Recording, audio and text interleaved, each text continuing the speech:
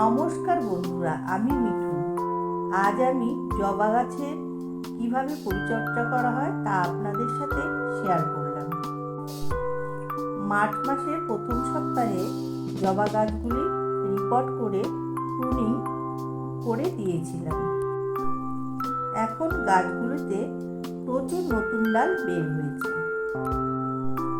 গাছগুলিতে জল দিলাম।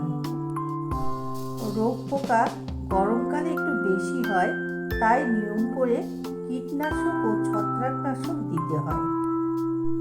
আজ জল দেবার পর জবা সহ সমস্ত গাছে কাকা কীটনাশক স্প্রে করা হলো। পরের সপ্তাহে ছত্রাকনাশক স্প্রে করা হবে। খাবার হিসাবে 2 সপ্তাহ অন্তর খুব পাতলা করে বাদাম খোলের জল দিচ্ছি। ইতিমধ্যে কিছু গাছে 2-1টা ফুল ফুটতেও শুরু করেছে। আজ এই পর্যন্ত। আপনাদের কেমন লাগলো? ভালো লাগলে কমেন্ট করে জানাবেন।